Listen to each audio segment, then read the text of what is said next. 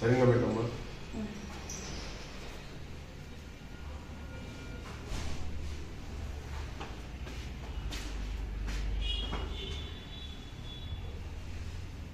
ఏమన్నా మాత్రలు వేసుకుంటున్నావా?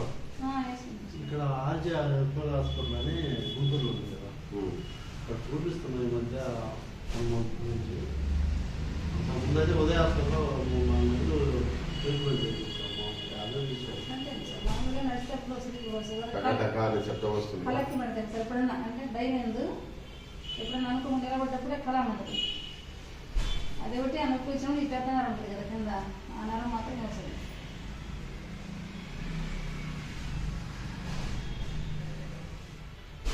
అక్కడే నొప్పి ఉండదు. ఇది ఈ మధ్య కంట్రోల్ చేయించాను 2-3 మాటలు.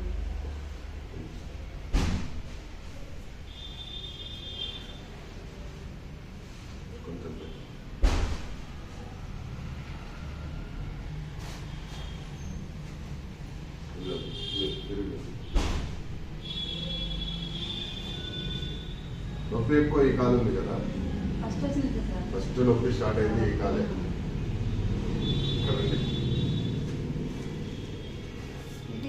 దీంట్లో గుజ్జు పూర్తిగా అరిగిపోయి కాలు బెండ్ వచ్చింది చూసారా, బెండ్ వచ్చిందా కనిపిస్తుందా? కొంచెం ఇంకా నిలబడితే కనిపిస్తుంది బాగా.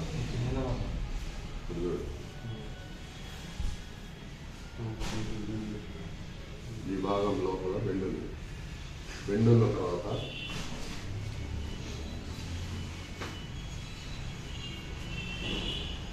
కాలు సరిగ్గా పెట్టమ్మా.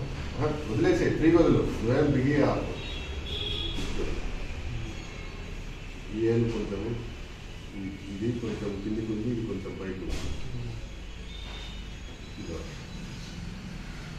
ఇది కొంచెం బయటకు ఉంది, ఇది కొంచెం లోపలికి ఉంది. ఇది కొంచెం లోపలికి పోయింది, ఇది కొంచెం బయటకు వచ్చింది. ఇలా జస్ట్ ఇది కొంచెం బయటకు వచ్చింది. అంటే ఈ కాల్లో గుజ్జు మొత్తం అరిగి బరువు దీని మీద పడుతూ ఇది నొప్పి ఇదిగానే వచ్చింది అనమాట.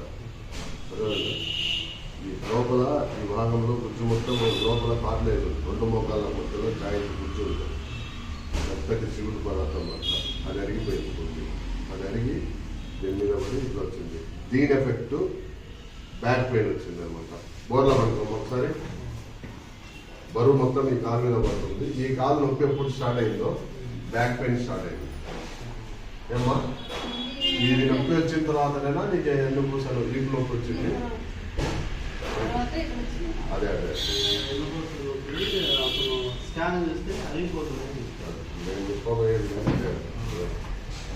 2 చేతులు కిందికి ఉంది.